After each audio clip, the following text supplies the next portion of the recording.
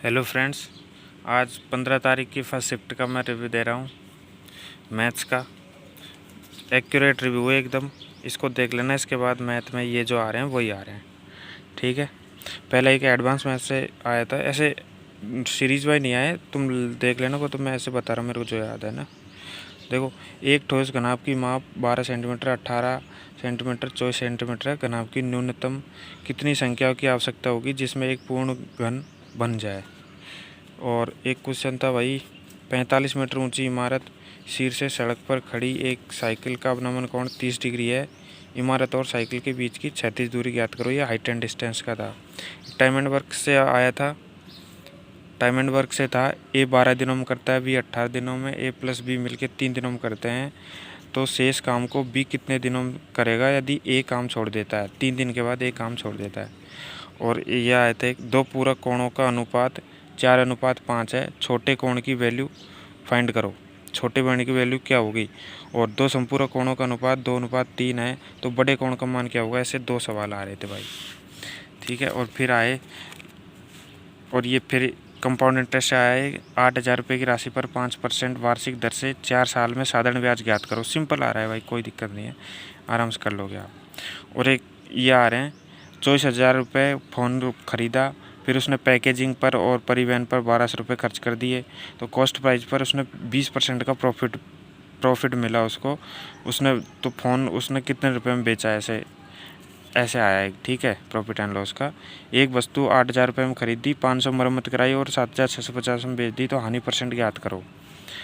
मतलब profit and loss के 3-4 सवाल आ रहे हैं भाई। वस्तु पर और सक्सेसिव डिस्काउंट आ रहा है भाई। ये सक्सेसिव डिस्काउंट 1, 2, 3 सवाल आ सकते हैं। 2 आए थे मेरे में।